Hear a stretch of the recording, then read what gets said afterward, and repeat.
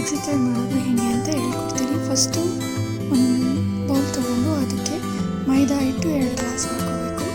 ಅದಾದಮೇಲೆ ಅದೇ ಗ್ಲಾಸಲ್ಲಿ ಚಿರೋಟಿ ರವೆ ಅರ್ಧ ಗ್ಲಾಸ್ ಹಾಕೋಬೇಕು. ಅದಕ್ಕೆ ಒಂದು ಸ್ವಲ್ಪ ಶುಗರ್ ಹಾಕೋಬೇಕು, ಸ್ವಲ್ಪ ಸಾಲ್ಟ್ ಹಾಕೋಬೇಕು. ಸೊ ಅದ್ರ ನಂತರ ವನಸ್ಪತಿ ಡಾಲ್ಡಾ ಇದೆಯಲ್ಲ ಅದನ್ನು ಕಾಯಿಸಿ ಆ ಹಿಟ್ಟಿಗೆ ಮಿಕ್ಸ್ ಮಾಡ್ಕೋಬೇಕು. ಚೆನ್ನಾಗಿ ಅದು ಎಲ್ಲನೂ ಮಿಕ್ಸ್ ಮಾಡ್ಕೋಬೇಕು.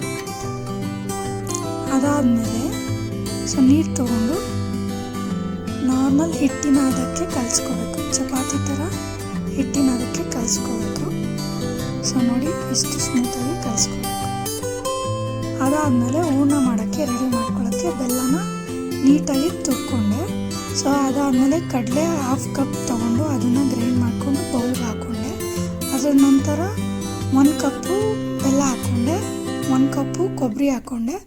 ಅದಾದಮೇಲೆ ಎಳ್ಳನ್ನ ಒಂದು ಸ್ವಲ್ಪ ಫ್ರೈ ಮಾಡಿ ಅದನ್ನು ಮಿಕ್ಸ್ ಮಾಡಿಕೊಂಡೆ. ಅದ್ರ ಜೊತೆಲೆ 1 ಸ್ಪೂನ್ ಗಸಗಸೆನ ಫ್ರೈ ಮಾಡಿಕೊಂಡು ಮಿಕ್ಸ್ ಮಾಡಿಕೊಂಡೆ. ಸೊ ಅದೆಲ್ಲ ಆದಮೇಲೆ ಇಲಾಚಿ ಪೌಡರ್ನ ಅಂದರೆ ಏಲಕ್ಕಿ ಪೌಡರ್ನ ಹಾಕಿ ಮಿಕ್ಸ್ ಮಾಡಿದೆ. ಸೊ ಅದ ನಂತರ ಕಡಲೆ ಬೀಜ ಹಾಕ್ಕೊಂಡು ಅದನ್ನು ಗ್ರೈಂಡ್ ಮಾಡಿ ಮಿಕ್ಸ್ ಮಾಡಿಕೊಂಡೆ. ಸೊ ಎಲ್ಲನೂ ಕಲಿಸ್ದೆ. ಅದಾದಮೇಲೆ ನಮ್ಮ ಹಸ್ಬೆಂಡ್ಗೆ ಹೇಳಿ ಕಾಯಿ ಹೊಡೆಯೋಕ್ಕೆ ಹೇಳಿದೆ. ಸೊ ಎಳ್ನೀರು ಹೂರ್ಣಕ್ಕೆ ಹಾಕ್ಕೊಂಡು ಮಿಕ್ಸ್ ಮಾಡಿಕೊಂಡೆ. ಅದಾದಮೇಲೆ ಇಬ್ಬರೂ ಕೂತ್ಕೊಂಡು ನಾನು ಹರಿದೆ, ಅವರು ಮಡಚಿ ಕಜ್ಜಿಕಾಯಿನ ಮಾಡಿದ್ರು. ಸೊ ಅದಾದಮೇಲೆ ಪ್ಯಾನ್ಗೆ ಎಣ್ಣೆ ಕಾಯಕ್ಕಿಟ್ಟೆ. ಅದಾದಮೇಲೆ ಬಿಸಿ ಆಗಿದ್ದು ಇಲ್ವ ಅಂತ ಹೇಳಿ ಒಂದೊಂದಾಗಿ ಕಜ್ಜಿಕಾಯಿನ ಹಾಕಿದೆ. ಸೊ ಕಜ್ಜಿಕಾಯಿ ಗೋಲ್ಡನ್ ಬ್ರೌನ್ ಬರೋವರೆಗೂ ಫ್ರೈ ಮಾಡಿದೆ. ಸೊ ಅದೇ ಥರನೇ ಸೊ ಮೋದಕನೂ ಅಷ್ಟೇ ಅದನ್ನು ಫ್ರೈ ಮಾಡೋಕ್ಕೆ ಹಾಕಿದೆ.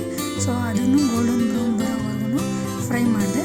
ಸೊ ಕಜ್ಜಿಕಾಯಿ ಸಕ್ಕತ್ತಾಗಿ ರೆಡಿ ಆಗಿತ್ತು. ಸೊ ಅದನ್ನು ನಮ್ಮ ಹಸ್ಬೆಂಡ್ಗೆ ಟೇಸ್ಟ್ ಮಾಡೋಕ್ಕೆ ಕೊಟ್ಟೆ. ಸೊ ಅವರು ತಿಂದ್ಬಿಟ್ಟು ಸಕ್ಕತ್ತಾಗಿದೆ, ಕ್ರಿಸ್ಪಿಯಾಗಿದೆ, ಸಕ್ಕತ್ತಾಗಿದೆ ಅಂತ ತಿಂದರು.